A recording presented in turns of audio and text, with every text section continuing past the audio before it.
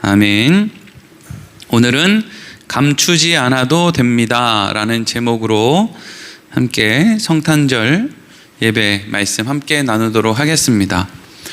사실 성탄절 설교 본문으로 이 아나니아와 삽비라의 이야기를 하게 될 것이라고는 생각을 안 해봤습니다. 왜냐하면 좀 이 분위기가 조금 어둡고 이 말씀은, 그래서 성탄절은 왠지 좀 밝고 막 목자들이 막 와서 축하하고 동방박사 나오고 이렇게 해야 좀 더 그 분위기가 맞을 것 같은데, 근데 왜 오늘 본문의 말씀을 여기로 잡았느냐 하면, 사실 이렇게 예수님이 이 땅에 오신 이유는 이 땅에 있는 사람들의 생각들이 어둡기 때문에 이 땅에 온 것이지, 사실 이 땅이 막 그렇게 행복하고 막 살기 좋고 그럴듯하고, 그러면 예수님이 왜 오셨겠어요? 어렵고 힘들고 어둡고, 색으로 따지면 이 세상은 흰색에 가깝지를 않고 이 세상은 그냥 깜깜한 검은색에 가깝기 때문에 예수님이 이 땅에 오신 것이다 하는 거죠. 여러분, 사실 12월 25일은 예수님이 태어난 날인지 정확하지 않습니다. 그냥 365일 중에 하루 날을 정해서 예수님의 태어나신 날을 그냥 기념하는 것일 뿐이죠. 언제 예수님이 태어나셨는지 우리는 잘 모릅니다. 그런데 12월 25일 날 우리가 기독교인, 예수를 믿는 모든 사람들은 12월 25일 날 마음을 모아서 예수님이 이 땅에 오신 것을 우리가 축하하고 감사하고 그렇게 지키자, 이래서 지금 우리가 성탄절을 지키고 있는 것이거든요. 그러니까 여러분, 성탄절의 주인은 예수님이고 축하를 받으셔야 될 분은 예수님이시지, 우리가 성탄절날 다른 의미를 가지고 다른 의도를 가지고 괜히 마음이 들떠서 막 이렇게 이제 세상에서 놀고 이렇게 하는 것은 사실은 조금 성탄절의 의미를 잘 모르는 그런 것이라고 할 수가 있겠죠. 이제 오늘 본문의 말씀을 조금 이제 생각해 보겠습니다. 아나니아와 삽비라의 죽음, 작정한 어떤 헌금을 하지 않았기 때문에 죽었을까? 아니면 아나니아와 삽비라는 거짓말을 했기 때문에 죽었을까? 도대체 아나니아와 삽비라가 왜 죽었을까? 이것에 대해서 사실 여러 사람들이 많은 내용의 설교들을 했습니다. 그래서 조금 오래전에, 그러니까 지금 한 10년 넘게 전에는 이제 많은 설교자들이 어떤 걸 이제 많이 설교를 했냐 하면, 그러니까 아니 10년도 아니고 한 20, 30년 전에 설교자들은 이제 헌금을 속였다, 이거에 조금 강조점을 많이 뒀던 것 같아요.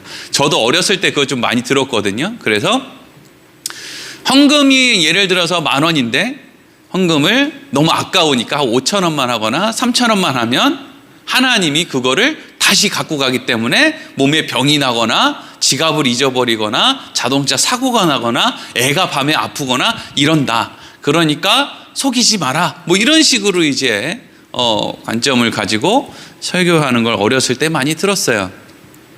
그런데 조금만 생각해 보면 알겠지만 그런 내용이 아니죠. 아나니아와 삽비라는요, 사도들에게 가서 내가 이번에 땅을 팔 건데, 그래서 땅을 팔면 전부 내가 교회에 헌금할 예정입니다 라고 얘기를 한 일이 없어요. 그러니까 아나니아와 삽비라는 굳이 따지면 헌금을 떼먹은 게 아니에요. 그냥 자기 혼자 다 해야지 라고 생각했다가 자기 혼자 절반만 해야지, 아니면 조금 남겨둬야지, 이렇게 생각한 거지, 이걸 다른 사람에게 드러낸 일이 없단 말이죠. 그러니까 누가 아나니아와 삽비라가 헌금을 떼어먹었다 안 떼어먹었다를 얘기할 수 없는 거죠. 왜? 얘기를 안 했으니까요. 원래 땅 판값이 얼마인지를 모르니까. 그렇죠? 조금만 생각해 보면, 이게 헌금을 얼마를 하려고 했는데 그만큼 안 했기 때문에 아나니아와 삽비라가 죽은 얘기가 아니로구나 라는 거는 금방 할 수 있는 거고요. 그리고 이제 얼마 전까지만 해도 설교자들이 이제 그걸 이제 알고 난 다음에는 어떤 식으로 설교를 많이 했느냐, 거짓말이 문제인가 보다. 그러면 거짓말, 베드로가 분명히 아나니아한테도 묻고 삽비라한테도 물었어요. 이게 전부냐? 이렇게 이제 물었단 말이죠. 근데 아나니아도 그렇고 삽비라도 그렇고 뭐라고 대답했습니까? 그렇다, 이게 전부다. 우리는 감추는 것이 없다. 이런 식으로 이제 대답을 했다는 것이죠. 그래서 죽었다는 거예요. 자, 그러면 또 우리가 여기서 생각을 해볼 수 있는 거죠. 거짓말 안 해본 사람 있습니까? 거짓말 안 해본 사람이 어디 있겠어요? 심지어 목사한테 거짓말 안 해본 사람 있어요? 목사한테 다 거짓말 하잖아요. 무슨 거짓말해요? 예배 시간 끝나고 집에 갈 때 은혜 받았습니다 이러잖아요.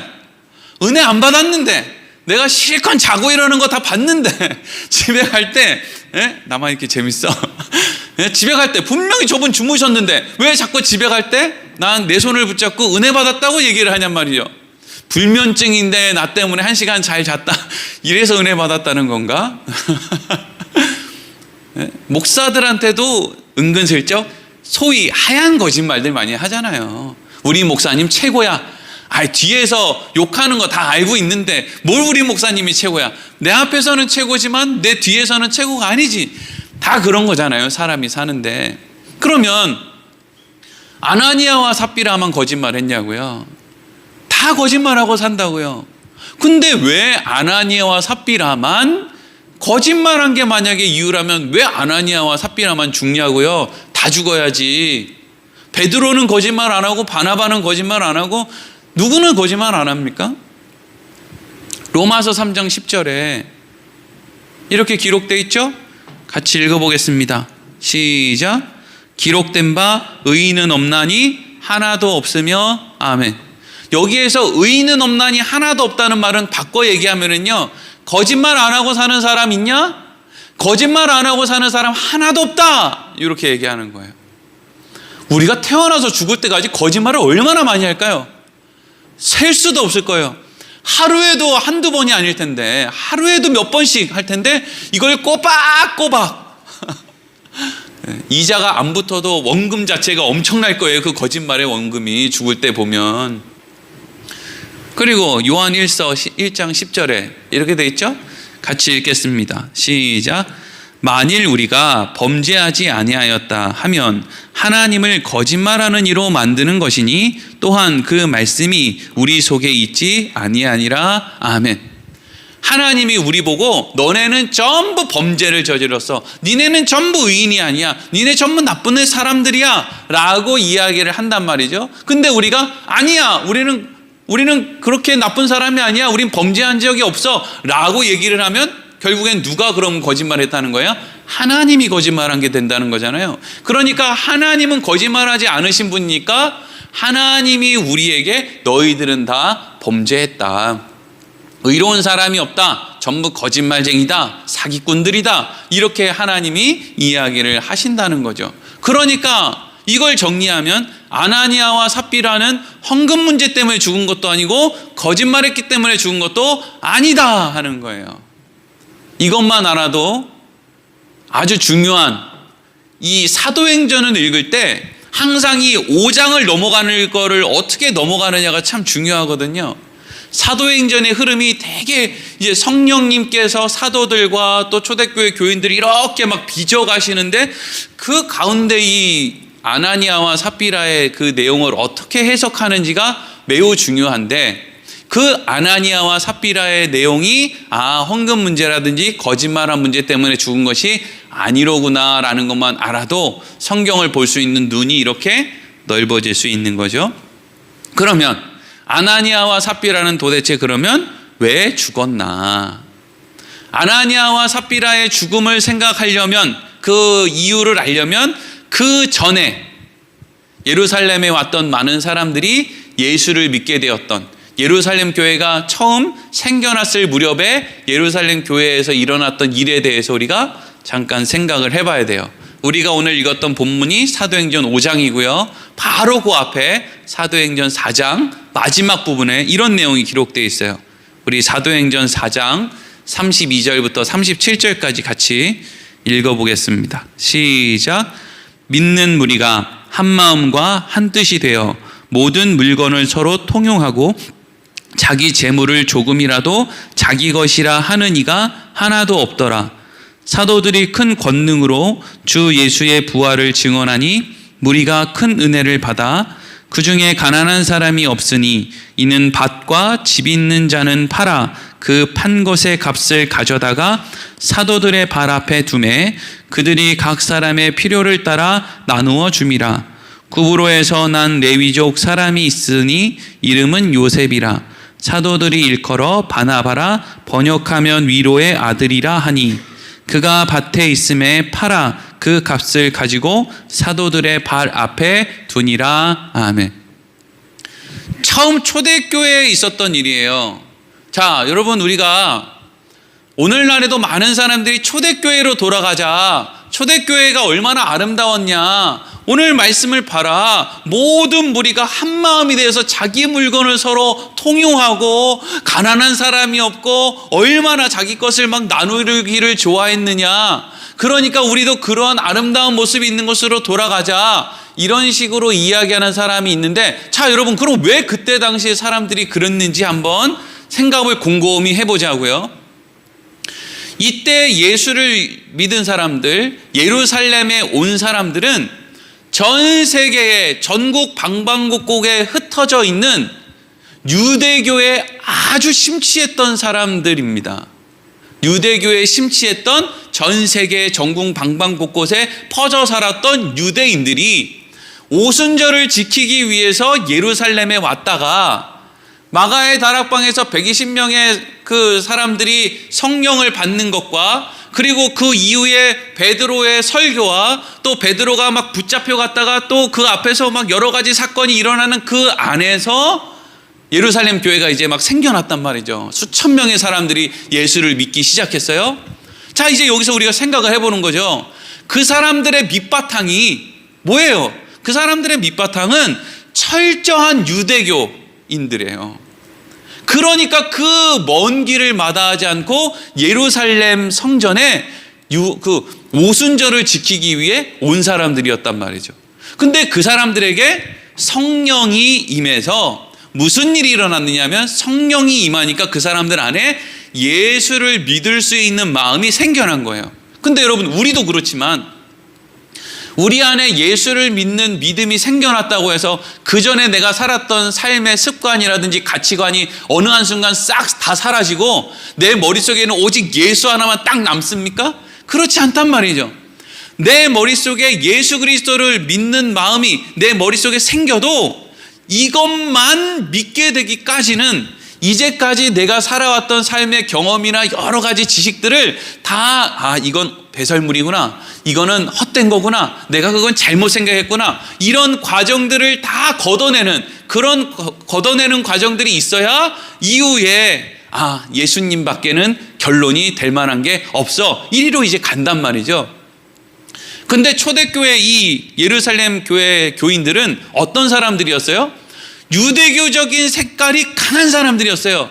이 사람들이 예수를 믿게 된 거예요. 그러니까 이 사람들은 지금 무슨 생각을 갖고 있냐면, 우리가 구원을 받으려면 율법도 잘 지켜야 되고 플러스 예수 그리스도도 잘 믿어야 되는구나, 그래야 우리가 구원을 받는구나 라고 하는 생각을, 이건 단지 이때 당시 예루살렘에 전국에서 흩어져 있다가 이때 예루살렘에 온 사람들만 그런 생각을 갖고 있었던 게 아니고요.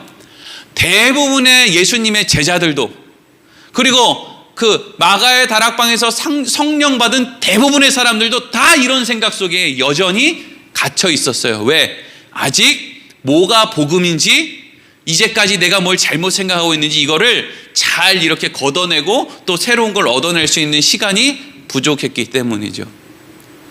그러면 초대교회 교인들은 왜 그렇게 서로 통용하고 자기 것을 나눠주고 가난한 사람이 없도록 왜 그렇게까지 할 수 있었겠습니까? 그 사람들 안에 그것이 구원을 얻을 조건이 된다라는 생각이 있었기 때문이죠.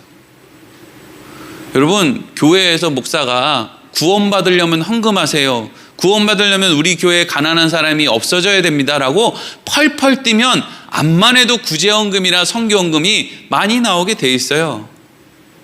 근데 그건 진실은 아니에요. 구원의 조건에 그게 들어가지 않는다고요. 그러니까 초대교회, 이 예루살렘 교회는 우리가 지금 생각할 때 거긴 참 아름다웠어 라고 생각을 할 수도 있지만, 실제로 거기는 바른 복음을 가지고 있었던 교회는 아니었던 거죠. 그래서 사람들이 자기의 것을 팔아서 유대교적인 왜냐하면 율법에는 과부, 고아, 가난한 사람들을 잘 섬기는 것, 그래서 그런 사람들을 외면하지 않는 것이 아주 중요한 덕목이지 않습니까? 그러니까 그러한 것들을 하기 위해서 예수도 믿고 그러한 행동들도 했는데 많은 사람들이 그렇게 했다는 거예요.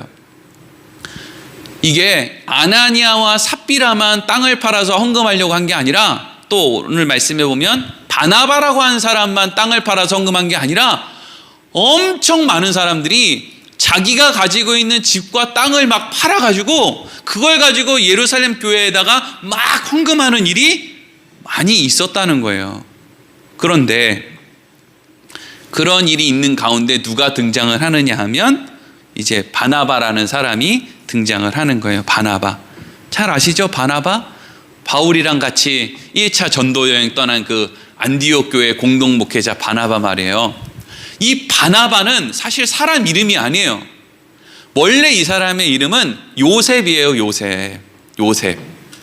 근데 이 사람을 초대교회 교인들이 별명으로 바나바라고 붙여준 거예요.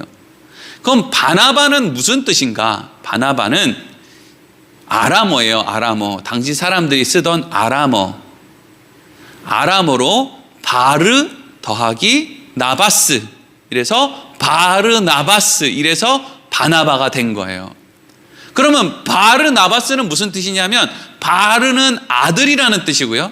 그래서 우리가 바디메오도 디메오의 아들이라서 바디메오잖아요. 그런 것처럼 이 앞에 바르가 아들이라는 뜻이고 뒤에 나바스는 예언자라는 뜻이에요. 그러니까 직역하면 요셉이라고 하는 사람을 사람들이 뭐라고 불렀냐면 저 사람은 예언자의 아들이로구나 라고 불렀다는 거예요. 그러면 왜 사람들이 이 요셉이라고 하는 사람을 예언자의 아들이라고 불렀을까?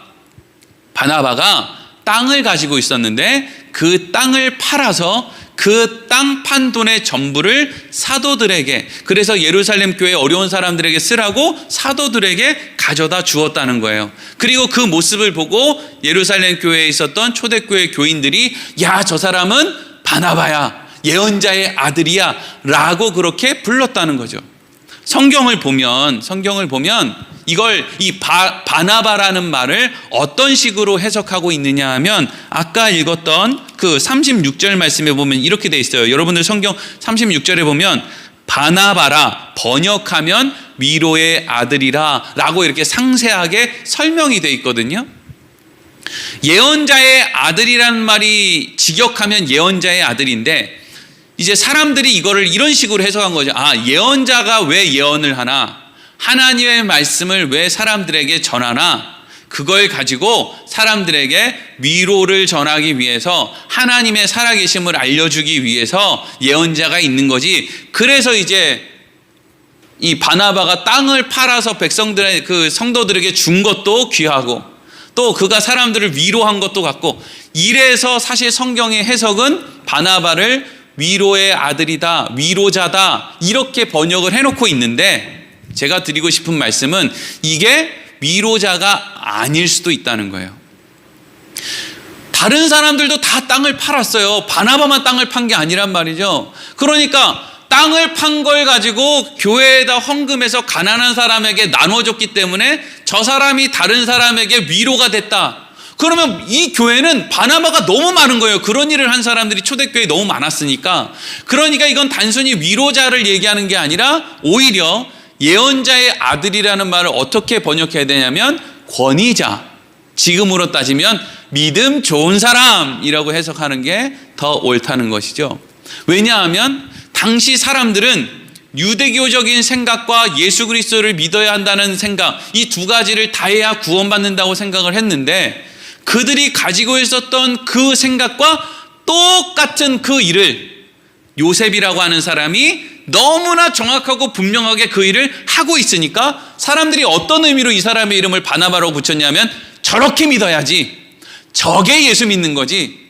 우리도 왜 신앙생활 할 때 교회에서 저렇게 믿어야지, 저 사람처럼 예수를 믿어야 구원받지, 저 사람처럼 훌륭해져야지 라고 하는 사람, 저 사람은 정말 천국의 1순위로 갈 사람이야. 막 이런 사람들 교회에 몇 명씩은 꼭 있잖아요. 막 새벽 기도도 나오고 중보 기도도 나오고 헌금도 잘하고 무슨 뭐 주방에서 봉사도 하고 아니면 주차 요원도 하고 막 별거 얼마요 다 하면서 사람들한테 보기에 야, 저 사람은 진짜 천국에 아주 그냥 1등으로 갈 사람이야. 근데 바나바가 그런 사람이었단 말이죠. 그래서 그런 의미로 이름을 바나바라고 붙인 거지, 그냥 단순히 땅을 팔았는데 그 돈을 헌금을 많이 해서 가난한 사람을 도왔기 때문에 위로자라는 의미로 바나바라고 별명을 붙였으면 예루살렘 교회는 바나바가 엄청 많아야 된다고요.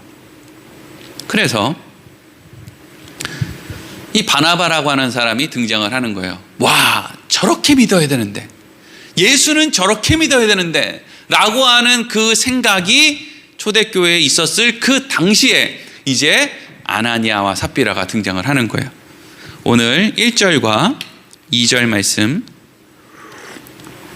보겠습니다. 시작. 아나니아라 하는 사람이 그의 아내 삽비라와 더불어 소유를 팔아 그 값에서 얼마를 감춤해 그 아내도 알더라. 얼마만 가져다가 사도들의 발 앞에 두니. 아멘. 아나니아하고 삽비라하고 부부예요. 아나니아가 신랑이고 삽비라가 이제 부인인 거예요. 둘이가 이렇게 다정하게 잘 살다가 예수도 같이 이렇게 다정하게 믿었어요. 아, 얼마나 좋은지 몰라요. 근데 이 부부가 마음이 너무 잘 맞는 거예요. 그래서 처음에는 같이 생각을 한 거지. 아, 우리가 이렇게 땅을 판 돈이 있는데 이거 우리 예루살렘 교회에다가 헌금할까? 그래서 가난한 사람들 도와줄까? 라고 생각을 했어요. 근데 그렇게 하다가 얼마 안 있다가 둘이서 또 대화를 뭐 밥을 먹다가 했는지, 밥을 뭐 이렇게 뭐 잠자기 전에 했는지, 아, 근데 그거 다 헌금하고 나면 우리가 조금 노후가 조금 어떻게 좀 막막하지 않나? 뭐 이런 어떤 대화가 오고 갔겠죠. 그래서 아나니아와 삽비라가 처음에는 부부간에 상의를 해서 자기가 뭔가를 판 돈을 전부 헌금을 하려고 하다가 이제는 전부 하지 말고 일정 부분만 하자, 이렇게 이제 결론을 내렸다는 얘기예요. 그렇죠? 뭐가 잘못이에요 이게? 이게 도대체 뭐가 잘못입니까? 우리가 아나니아와 삽비라에 대한 편견에 쌓여 있었기 때문에 여태까지 아나니아와 삽비라는 나쁜 사람이야 이런 생각을 흔히 했지만, 도대체 뭐가 잘못이냐고요. 우리도 그런 생각 하지 않습니까? 아, 이번에 우리가 성탄절 헌금, 저도 저희 집 사람이랑 상의했어요. 우리가 이번에 성탄절 감사 헌금을 30만 원을 할까, 20만 원을 할까, 10만 원을 할까? 그러면 만약에 저희 집이 집사람이랑 제가 그럼 이번에는 성탄절 감사헌금을 30만 원만 하자 이렇게 했다가, 아, 이번에 또 송구영신 예배도 헌금하고 이래야 되니까 그러지 말고 우리 20만 원만 해요. 그럼 뭐 죽어야 되냔 말이에요. 아니잖아요. 이거는 뭐 전혀 이게 뭐 나쁠 것도 없잖아요. 근데 왜 그랬을까? 도대체 뭐가 문제였을까? 아나니아와 삽비라가 무슨 의도로 이 헌금을, 땅 판 돈의 전부를 헌금하려고 했을까? 무슨 의도로? 이게 중요한 거죠. 무슨 의도로 했길래? 이게 앞에 있는 말씀이랑 이어지면 이런 식이 되는 거예요. 아나니아와 삽비라는 예수도 믿고 자기가 땅을 판 돈 전부를 헌금을 해서 가난한 사람을 돕고, 이런 그걸 전체적으로 봤을 때는 이 헌금을 가난한 사람을 위해서 하는 이 행동 자체를 율법이라고 할 수 있죠. 그러니까 내가 구원을 받기 위해서는 예수도 믿고 율법도 완전하게 지켜야 구원을 받는다라고 하는 생각이 그 안에 있는 거죠. 여러분, 아나니아와 삽비라도요, 유대교적인 그 믿음이 대단했던 사람이에요. 그러니까 예루살렘에 오순절날 예루살렘에도 왔을 것이고, 그리고 누가 땅을 팔아서 그걸 다 바치려는 생각을 하는 것도 대단히 어려운 일이잖아요. 근데 아나니아와 삽비라가 그런 생각을 했다고요. 그런데 그들은 오해를 한 거죠.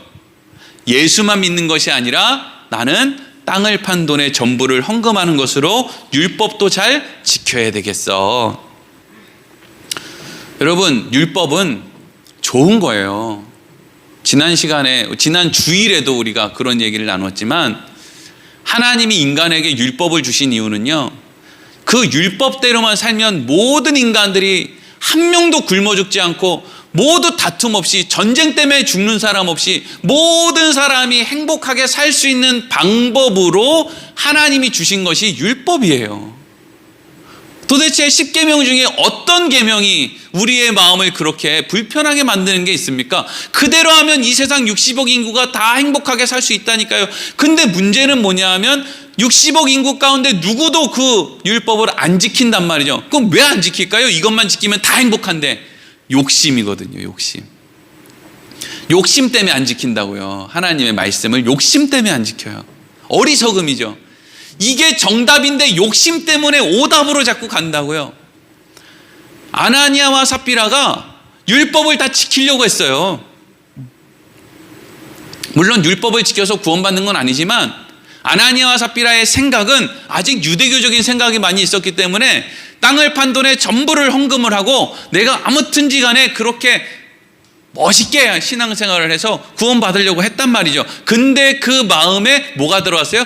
욕심이라는 게 들어왔죠. 지금 이 성경이 뭘 얘기하고 있는지를 우리가 잘 볼 수 있어야 돼요.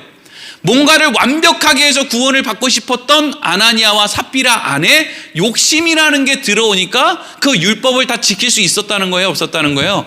다 못 지키게 됐다는 거예요. 그게 모든 인류의 결론이자 아나니아와 삽비라의 결론이 셈인 거예요. 그래서 어떻게 이어지죠? 3절에서 6절 같이 읽겠습니다. 시작. 베드로가 이르되 아나니아야 어찌하여 사탄이 내 마음에 가득하여 내가 성령을 속이고 땅값 얼마를 감추었느냐. 땅이 그대로 있을 때에는 내 땅이 아니며 판 후에도 내 마음대로 할 수가 없더냐. 어찌하여 이 일을 내 마음에 두었느냐. 사람에게 거짓말한 것이 아니요 하나님께로다. 아나니아가 이 말을 듣고 엎드려져 혼이 떠나니 이 일을 듣는 사람이 다 크게 두려워하더라. 젊은 사람들이 일어나 시신을 싸서 메고 나가 장사하니라. 아멘. 그런데 이제 그렇게 해서 일부만 이렇게 아나니아가 헌금을 했을 때 사실 베드로가 아나니아가 얼마를 작정했는데 얼마를 헌금했는지를 어떻게 알았겠어요? 모르잖아요. 이건 아나니아와 삽비라하고만 잠깐 그냥 쏙싹쏙싹 얘기를 한 얘기지 이게 밖으로 퍼져나가는 일이 없는 거란 말이죠. 근데 어떻게 베드로가 알았을까? 그러니까 지금 여러분 베드로가 아나니아에게 하는 말은 성령께서 베드로를 통해서 가르쳐 주신 말인데 사실은 베드로도 지금 자기가 무슨 이야기를 하고 있는지 정확하게 몰라요. 왜냐하면 베드로는 이런 말을 할 자격이 없는 사람이에요. 아니 베드로가 예수님 면전에서 예수님을 3번이나 부인하고 저주하고 맹세까지 했던 사람인데 아나니아와 삽비라가 그것 좀 숨겼다고 해서 뭘 속이고 어쩌고 이럴 자격이 있냔 말이죠. 베드로는 그런 자격이 없는 사람이에요. 제정신이면 그런 얘기를 못해요. 그리고 여전히 아나니아와 삽비라가 가지고 있는 그런 유대교적인 생각이나 베드로가 지금 가지고 있는 구원에 대한 그 유대교적인 생각이 그렇게 크게 차이나지를 않는다고요. 그러니까 아나니아와 삽비라가 초대교회 당시에서 두 사람만 꼭 전적으로 잘못해서 죽은 게 아니라 뭔가 하나님께서 선한 것을 보여주기 위해서 이 두 사람을 사용했다라고 볼 수가 있는 거죠. 베드로는 아나니아가 원래 헌금을 얼마를 하려고 하다가 실제로는 헌금을 얼마를 했다라는 것을 성령이 알려주셔서 그걸 알게 됐어요. 그래서 아나니아에게 묻죠. 슬쩍 떠보는 거죠. 너 이게 전부냐? 이렇게 이제 묻죠. 저 같으면 부여 온누리교회 교인 같으면 뭐라고 대답을 했을까요? 제가 장로님 이거 땅 판 돈의 전부예요? 권사님 이거 땅 판 돈의 전부예요? 라고 물으면 이렇게 대답하겠죠. 목사님이 그거 알아서 뭐 하게요? 그거 알아서 뭐 하게요? 내가 땅을 팔아서 1억을 받았는데 5천만 원만 받았다고 얘기하고 5천만 원만 내든 3천만 원만 받았다고 얘기하고 3천만 원을 내든 그건 내 자유지. 목사님 당신이 뭔데 나한테 원래 땅값이 얼마인지를 왜 묻냔 말이죠. 이 교회 진짜 짜증나네. 나 옆 교회로 옮겨야 되겠다. 그러면 제가 어떻게 하겠어요? 가지 마세요. 가지 마세요. 그러지 마세요. 안 물어볼게요. 이게 원래 우리가 잘 이렇게 일반적으로 생각이 되어지는 거잖아요. 어디서 누구한테 지금 목사가 교인들한테 땅을 얼마에 팔았느니 헌금을 얼마 이런 거 물어보는 사람이 어디 있어요? 없잖아요. 만약에 베드로가 이런 거 얘기할 때 아나니아가 이렇게 얘기하는 거예요. 베드로한테 당신이 알아서 뭐하게 내 땅 내가 팔아서 내가 하고 싶은 만큼 헌금하는데 네가 뭔데 나한테 이래라 저래라야. 차라리 이랬으면 아나니아가 안 죽었을 거예요. 무슨 얘기인지 잘 여러분 이해하셔야 돼요. 차라리 베드로에게 아나니아가 그게 너랑 무슨 상관이야. 내가 예루살렘 교회 교인들을 위해서 내가 헌금하고 싶은 만큼 하는 거지. 내가 전부 다 하든 절반만 하든 10%만 하든 5만 원만 하든 만 원만 하든 그게 너랑 무슨 상관이야. 진짜 예루살렘 교회밖에 없어가지고 딴 데로 옮기지도 못하고 이거 참 깝깝하네. 이러면 차라리 안 죽었을 거라는 거예요. 근데 아나니아는 답을 해요 못해요? 못하는 거예요. 왜요? 이 생각이 중요한 거예요. 아나니아가 왜 그렇게 했는지가 그 중심이 중요하다고요. 아나니아는 들키면 안 되는 거예요. 이게 지금 자기는 완전해야 되는 거예요. 자기가 구원을 얻으려면 하나님 앞에 자기는 이런 짓을 하면 안 되는 거예요. 그래서 끝까지 베드로가 물을 때 끝까지 거짓말을 하고 입을 다물고 안 들키려고 애를 쓰는 거예요. 들켜도 되는데 그것 때문에 예수님이 이 땅에 온 건데 마치 자기는 안 들키면 깨끗한 것처럼 안 들키기만 하면 구원받을 만한 자격이 있는 것처럼 그래서 아나니아가 끝까지 답을 못하는 거예요. 지금 우리들처럼 구원에 대한 분명한 이해가 있는 사람은 그게 당신이랑 무슨 상관이야. 내가 예수 믿고 구원받는 거지 내가 굳이 하는 것 때문에 구원받는 거 아니잖아. 당신 왜 나한테 그런 거 물어. 내가 땅을 팔아서 헌금하고 싶으면 하고 안 하고 싶으면 안 하는 거지. 네가 뭔데 나한테 이래라 저래라 물어. 차라리 그렇게 물었으면 그렇게 대들었으면 안 죽었을 거라니까요. 근데 아나니아는 뭔가 완전한 어떤 것을 통해서 구원받을 만한 자격을 갖추어서 그것으로 내가 구원받아야 된다는 생각이 있었기 때문에 말을 못하는 거예요. 자기가 그렇게 했다는 걸 끝까지 감추겠다는 거예요. 그래서 어떻게 됐다는 거예요? 죽었다는 거죠. 혼이 떠나갔다는 거예요. 근데 여러분 이 대목에서 중요하게 생각한 건 아나니아는 그렇다고 해서 지옥에 갔다고 볼 수가 없어요. 왜? 다 그렇게 생각하고 있거든요. 지금 다 베드로가 아닌 척하고 물어보지만 이후에 베드로의 삶을 보면 베드로도 아나니아랑 큰 차이가 없어요.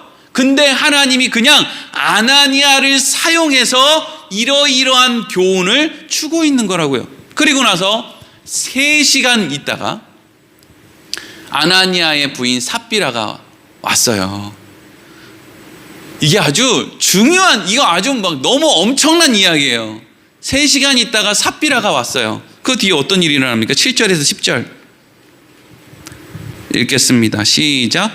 3시간쯤 지나 그의 아내가 그 일어난 일을 알지 못하고 들어오니 베드로가 이르되 그 땅 판 값이 이것뿐이냐 내게 말하라 하니 이르되 예 이것뿐이라 하더라. 베드로가 이르되 너희가 어찌 함께 꾀하여 주의 영을 시험하려 하느냐. 보라 내 남편을 장사하고 오는 사람들의 발이 문 앞에 이르렀으니 또 너를 메어 내가리라 하니 곧 그가 베드로의 발 앞에 엎드려져 혼이 떠나는지라. 젊은 사람들이 들어와 죽은 것을 보고 메어다가 그의 남편 곁에 장사하니. 아멘. 여러분 이 말씀에서 뭐가 제일 이상하냐면요, 아나니아가 죽었잖아요. 남편이 죽었다고요. 그러면 누구한테 제일 먼저 알려야 돼요? 아내한테 알려야 되잖아요. 그렇잖아요. 남편이 죽었는데 부인한테 알리고 자식한테 알려야지. 근데 지금 이 사람들은 와 이거 지금 뭐예요 이거? 무슨 시신 유기하는 것도 아니고 안 알리는 거예요. 삽비라가 부인인데 아나니아가 죽었다는 사실을 알아요 몰라요? 모르고 있어요. 이게 여러분 예루살렘 교회 지금 초대교회의 수준이에요. 그럼 이 사람들은 왜 아나니아의 죽음을 삽비라한테 안 알렸을까요? 성경에 보면은요, 하나님의 징계를 받아서 죽은 사람은 사람들 앞에서 장사 지내질 않아요. 그냥 이렇게 해가지고 그냥 처리해버리고 만단 말이죠. 그러니까 지금 예루살렘 교회에 있는 사람들은 아나니아의 죽음을 보고 뭐라고 생각했냐면 저거 죽어도 싸. 저거 거짓말쟁이야. 지금 너무 유대교적인 생각을 가지고 있는 게 예루살렘 교회 교인이죠. 근데 아나니아가 너무 유대교적인 생각을 갖고 있는 사람이 아나니아의 너무 유대교적인 생각을 서로 막 손가락질하면서 아나니아는 죽어버린 거예요. 그리고 사람들은 아무도 그 일에 대해서 이의를 제기하지 않는 거죠. 삽비라가 3시간 있다 왔어요. 다시 묻는 거예요. 네가 이만저만해서 네 남편이랑 이만해가지고 땅을 판 돈이 이게 전부냐? 아나니아와 삽비라는 금술이 좋으니까 이미 입을 다 맞춰놨을 거예요. 예, 이거 전부입니다. 그랬더니 아니 이렇게 증언이 일치한데도 이렇게 벌을 주면 어떻게 해요? 증언이 달라야지 벌을 주지. 증언이 일치하잖아요. 근데 삽비라에게 이 베드로가 뭐라고 얘기하냐면 9절 한번 다시 띄워주겠어요? 9절. 이런 얘기를 해요. 9절 중간 부분에 이런 이야기를 하죠. 주의 영을 시험하려 하느냐 이런 말 있죠. 주의 영.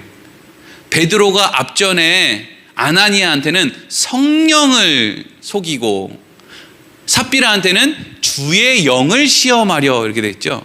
자, 성령과 주의 영은 사실은 같은 영이에요. 성령은 핵심이 뭐냐면 우리에게 예수 그리스도를 믿게 하고 예수 그리스도께서 어떤 마음이신지 우리의 삶을 통해서 알려주시고 예수 그리스도가 결론이고 전부라는 걸 우리에게 알려주는 게 성령이에요.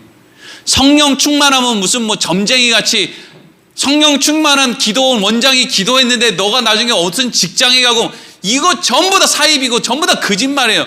성령은 우리의 어떤 사사로운 일의 미래를 알려주는 영이 아니라 성령은 오직 예수를 믿게 하는 거, 예수를 알게 하는 거, 이게 여러분 성령이 하는 일이에요. 그러면 왜 베드로는 아나니아와 삽비라가 성령을 속였다, 주의 영을 속였다라고 이야기를 했을까요? 물론 베드로는 지금 자기가 하고 있는 이야기가 뭔지 바르게 이해도 못하는 것 같아요. 그런데 하여튼 그 입에서 그렇게 나왔어요. 주의 영을 시험하려고. 여기서 주의 영이라는 건 뭐예요? 예수 그리스도의 영이라는 뜻이죠. 그러면 예수님이 이렇게 말씀하시는 거예요. 야, 아나니아야, 내가 십자가에서 죽었는데 왜 그걸 너가 다시금 속이고 네가 뭔가를 행해서 구원을 얻을 수 있을 것처럼 말을 하느냐. 이게 자기 스스로를 속인다는 거예요. 예수 그리스도의 영을 속인다는 것은 예수님을 속인다는 거죠. 안 된다는 거예요. 예수님이 이 땅에 왔는데 어떻게 자기 실력으로 구원을 받을 수 있어요? 자기 실력으로 안 돼서 예수님이 이 땅에 오신 거잖아요. 그러니까 지금 아나니아와 삽비라에게 한 네가 주의 영을 시험하려고 라고 하는 말 안에는 네 실력으로 구원을 받으려고, 마치 네 실력으로 구원을 받을 수 있을 것처럼 예수도 믿고 믿습니다 하는 고백도 있고, 그리고 그의 삶의 행동을 통해서 완전하게 살아서 내가 하나님 앞에 구원받을 자격을 갖추어야지 라고 하는 그 생각 자체가 성령을 속이고 주의 영을 속인 것이다 라는 것이죠. 그러니까 결론은 아나니아와 삽비라는 예수 그리스도만 믿고 구원을 얻는 것인데, 마치 그들의 행위가 예수 그리스도를 믿는 믿음에 덧붙여져야 된다고 생각했기 때문에, 그리고 근데 그렇게 안 되니까 거짓말을 통해서 마치 자기는 완벽한 것처럼 위선을 떨었기 때문에, 마치 예수님이 그렇게 욕을 했던 바리새인들처럼, 바리새인들도 그런 거잖아요. 완전하게 어떻게 해보겠다, 완전하게 살아서 내가 구원을 이루어 보겠다. 그런데 완전하게 안 사라지니까 위선만 떠는 거죠. 그러니까 결국에는 어떻게 되는 거예요? 그 위선만 떠니까 하나님에게, 예수님에게 혼이 나는 거죠. 이렇게 한번 이제 생각을 해보겠어요. 아나니아와 삽비라의 죽음을 초대교회 교인들이 다 알죠. 두려워하기도 했고요. 그 자리에 서 있던 베드로, 그리고 그 사실을 알고 있었던 바나바, 그 사람들은 아나니아와 삽비라가 죽을 때 베드로와 바나바는 또 초대교회 교인들은 무슨 생각 갖고 있었을까요? 저러면 안 되지. 아나니아와 삽비라처럼 잘못한 사람은 죽는 거야. 오늘날 기독교인들 가운데도 얼마나 많은 사람들이 그런 생각을 갖고 있어요. 아나니아와 삽비라처럼 하면 혼나는 거야. 하나님은 아주 두려우신 분이야. 큰일 나. 왜 아나니아와 삽비라한테만 하나님이 그렇게 두려워요? 나한테 하나님은 그렇게 좋은 하나님인데. 너무 이상한 거 아니에요? 이게 우리가 죄인이라는 증거죠. 베드로는 아마 꼼짝도 안 했을 거예요. 아나니아와 삽비라는 죽어마땅하지. 바나바도 아나니아와 삽비라는 잘못하긴 했지. 근데 여러분, 이 이후에 베드로가 기도하고 있는데 하나님이, 누가 봐도 하나님이에요. 베드로도 지금 하나님이라는 걸 알고 있어요. 근데 그 하나님이 베드로에게 찾아오셔서 보자기에 쌓여있는 수많은 짐승들을 보여주시면서 너 베드로야, 이거 잡아먹어라, 이렇게 얘기를 하셨어요. 그랬을 때 베드로가 어떻게 합니까? 못 먹겠습니다 이랬다고요. 죽어야지. 베드로도 죽어야지. 아나니아와 삽비라가 하나님 앞에, 또 성령 앞에 거짓말해서 하나님 앞에 순종하지 않아서 저 죽었다고 생각을 했으면 베드로는 아나니아와 삽비라보다 더 잘못한 거 아니에요? 어떻게 하나님 면전에서 하나님이 먹으라고 하는데 못 먹겠다고 버텨요. 그걸 게다가 몇 번을 해요? 3번이나 그 짓을 하죠. 그러니까 아나니아와 삽비라가 죽을 당시에 베드로도 얼마나 부족했냐고요. 그리고 우리가 잘 알다시피 갈라디아서 우리가 말씀 나눌 때 베드로하고 바나바하고 안디옥 교회에서 이방인들이랑 같이 밥을 먹고 있다가 이런 생각을 가지고 있는, 그렇죠? 아나니아와 삽비라가 죽을 때 고개를 끄덕일 수밖에 없었던 그 예루살렘의 그 초대교회 교인들이 안디옥 교회에 방문을 했을 때 이방인들과 같이 밥을 먹고 있던 베드로와 바나바는 어떻게 했다는 거예요? 식판을 이렇게 옮겨서 유대인들이 있는 쪽으로 이렇게 피해 갔다는 거죠. 그러면 베드로와 바나바 안에도 지금 무슨 생각이 있다는 거예요? 복음에 대한 어떤 생각이 아니라 유대교적인 생각, 사람들 앞에 내가 어떻게 보여야 되느냐, 이거에 대해서 아주 이게 민감한 문제였다는 거예요. 그러니까 아나니아와 삽비라뿐만 아니라 베드로도 바나바도 그 안에 겉으로 보았을 때 완전하게 보이려고 하는, 그것으로 뭔가 구원을 이루려고 하는 그 마음이 아나니아와 삽비라에게만 있는 것이 아니라 베드로에게도 바나바에게도 있었다는 거죠. 그래서 바울한테 욕을 먹잖아요, 안디옥 교회에서. 여러분, 사도행전은 사도들이 성령 받은 이후에 얼마나 놀라운 일을 행하는가, 이걸 기록한 책이 아니고요.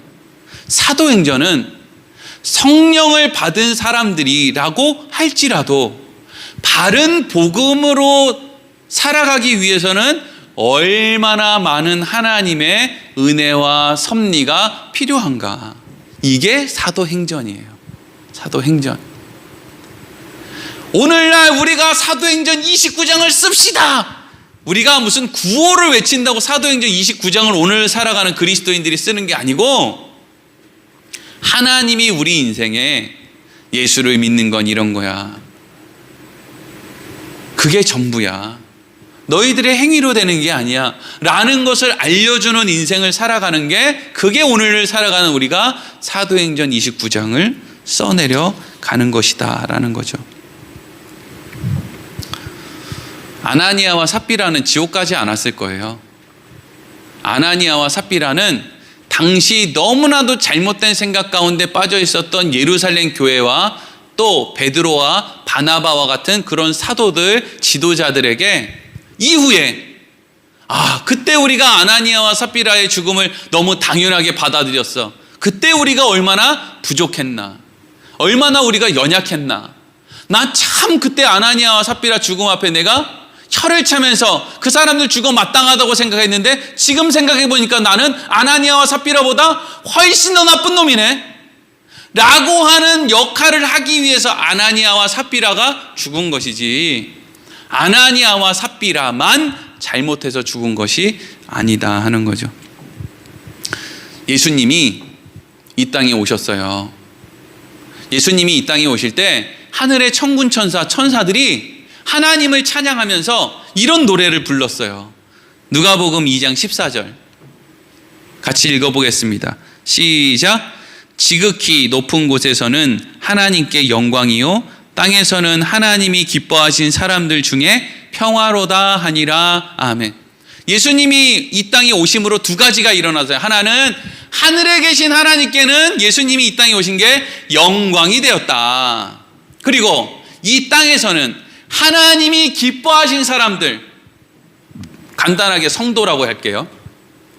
하나님이 기뻐하신 부여 온누리교회 성도들, 이렇게 해도 되겠죠? 예수님이 이 땅에 오신 것은 하나님이 기뻐하신 부여 온누리교회 성도들 안에 뭘 주기 위함이에요? 평화를 주기 위함이다, 이거죠. 자, 그러면 예수님이 이 땅에 오신 게 평화다. 반대로 예수님이 이 땅에 오시지 않은 것은 전쟁이다. 왜 전쟁이 교회 안에서 일어나고 왜 교회 안에서 평화가 일어날까요? 우리가 내 힘으로 구원을 얻는 것처럼, 뭔가 행위를 그럴듯하게 해서 구원을 얻는 것처럼, 그런 생각을 가지고 교회에 나오면 교회는요, 전쟁터예요. 왜? 모든 사람들이 다 위선을 떨거든요. 난 아닌 것처럼 집에서 그냥 남편이랑 아내랑 싸우고 난리가 복달이 났는데 교회만 나오면 우리 집은 너무 행복해요. 거짓말. 한 개도 안 행복한 거 다 알고 있는데 우리 집은 행복해요. 소리 없는 전쟁. 저놈의 옆에 있네. 내가 소문 다 들었는데 뭐가 행복하다는 거야. 아이고, 교회만 나오면 저 거짓말하는 저거 그러면서 자기도 거짓말을 하고 얼굴 표정은 전부 바리새인같이 위선의 가면을 쓰고 말이죠. 근데 예수님이 그 안에 오셨다는 거예요. 왜 오셨다는 거예요? 평화를 주러 오셨다 그러죠. 안 감춰도, 위선 떨지 않아도 괜찮다, 이걸로 오셨다는 거예요. 신랑이랑 싸우고 아내랑 싸우고 이렇게 화가 그냥 머리끝까지 나고 교회 와서 앉아 있어도 괜찮다, 괜찮아. 그래서 내가 온 거야. 내가 부끄러운 거 아니야, 그게. 어떤 사람은 그냥 도둑질하고 사기꾼하고 별의별 짓을 다 하고 나서 교회 와서 앉아 있어요. 그래도 괜찮다. 그래, 앉아 있어라. 네가 착하게 산다고 구원받는 거냐, 악하게 산다고 구원받지 못하는 거냐, 그게 아니니까 와서 앉아 있어라. 솔직해도 된다. 부끄러워하지 말아라, 이거죠. 교회에 오면은요, 평화를 얻어야 되고 평안해야 되고 안심이 생겨야 되고 뭔가 좀 이런 게 있어야 되는데, 어떻게 된 게 오늘날 교회는 교회 갈 때 내가 옷이 너무 남루한데 내가 이렇게 남루한 옷을 교회에 입고 가면 사람들이 나 욕하겠지? 그게 교회냔 말이죠. 더러워서 못 다니겠네, 이러지. 더러워서. 그래서 교회 안 다니는 거잖아요. 살기는 어렵고. 내가 가서 이렇게 하면 사람들이 날 뭐라 그럴까? 내가 저렇게 하면 사람들이 뭐라 그럴까? 사람들이 내 뒤에서 수군덕거리지는 않을까? 그래서 예수님이 왔다고요. 그래서요. 사람들이 뒤에서 날 가지고 수군덕거려도 그거 가지고 구원이 달라지는 게 아니라고요. 사람들이 다 나를 칭찬한다고 해서 내가 구원받는 것도 아니고, 사람들이 다 나를 욕한다고 해서 구원받는 것도 아니에요. 구원은 예수님에게 달려있다 하는 거죠. 예수님이 이 땅에 오심으로 우리의 모든 한계는 다 드러났어요. 우리의 한계가 뭐죠? 말로 표현할 수 없을 정도로 더럽고 추악한 죄인이라는 거죠. 그래서 우리가 다 예수를 십자가에 못 박는데 앞장섰다, 이거 아닙니까? 그게 결론이, 마침표다. 이게 예수님이 이 땅에 오심이에요. 그러니까 여러분들이 예수님이 이미 죽었는데 내가 이런 삶을 살았는데 내가 교회 가도 돼? 당연히 되죠. 왜? 예수님이 죽는 것보다 더 큰 죄를 지은 사람은 없거든요. 예수님이 죽는 것으로 이미 갚아준 것보다 더 큰 죄를 지은 사람은 없어요. 그러니까 다른 사람이 궁시렁궁시렁 되면 그거 듣지 말고 그냥 교회에 나와 앉아 있으라고요. 그 사람은 또 왜 그렇게 궁시렁궁시렁 되는지 알아요? 그 사람 안에 평화가 없어서 궁시렁 되는 거예요. 왜 그렇게 위선을 떨어요? 자신이 없어서 위선을 떠는 거예요. 예수를 몰라서 구원을 어떻게 받는지를 모르니까 자꾸 자기 안에 자격을 찾고 싶은데, 자기 안에는 앞만 봐도 자격이라는 게 없으니까 다른 사람을 끄잡아 내려서 자기 안에 자격을 세우려고 하니까 자꾸 그리로 갈 수밖에 없는 거예요. 불쌍한 인생인 거죠. 마태복음 20장 28절에 예수님이 이렇게 말씀하세요. 읽겠습니다. 시작. 인자가 온 것은 섬김을 받으려 함이 아니라 도리어 섬기려 하고 자기 목숨을 많은 사람의 대종물로 주려 함이라. 아멘. 예수님이 이 땅에 오신 거는요, 우리를 섬기기 위해 오셨대요. 그리고 그 섬김의 끝이 뭐예요? 우리를 위해서 죽기 위해 오셨대요. 그러니까 우리한테 내가 너희를 섬겨줬고 내가 너희를 위해서 죽어줬으니까 너희도 지금부터 다른 사람을 섬겨주고 너희도 지금부터 다른 사람을 위해 죽어줘라, 이게 아니라니까요. 너희는 내가 섬겨줘야 되고 너희는 내가 죽어줘야 될 만큼 연약한 인생들이다. 그거 알겠니? 이거라니까요. 예수님이 이렇게 해줬는데 무슨 1+1도 아니고 내한테 해줬으니까 나는 예수님이 해준 거에 +1에서 더 잘해야지, 그 얘기가 아니고요. 예수님이 이 땅에 오셔서 우리를 섬겨주시고 우리를 위해서 죽어주셨다는 것은 그렇게 해야 되는 존재가 바로 우리라고 하는 존재다라는 것을 알려주시기 위함이라는 거예요. 여러분, 다른 사람의 허물을 가지고 왈가왈부 하지 마세요. 왜? 나도 더럽잖아요. 내가 제일 더럽잖아요. 내가 제일 더럽다는 것은 내 더러움을 내가 제일 잘 알잖아요 라고 하는 말과 같은 거예요. 다른 사람의 신앙생활 하는 모습 답답해 하지도 말아요. 뭐가 답답합니까? 목사도 이렇게 못 사는데. 다른 사람 갖고 답답해할 필요도 없고요. 다른 사람 정죄할 필요도 없어요. 그리고 다른 사람이 나한테 뭐라고 할까 그거 걱정할 필요도 없어요. 중요한 건 예수님이 이 땅에 오셨다는 것이고 여러분들이 예수를 믿게 되었다는 것이고 예수님께서는 여러분들의 행위를 요구하는 것이 아니라 예수님을 믿고 예수님이 하신 그 일 안에서 여러분들이 어떠한 마음을 가지고 살아가느냐, 여기에 관심이 있다라는 거예요. 기도하겠습니다.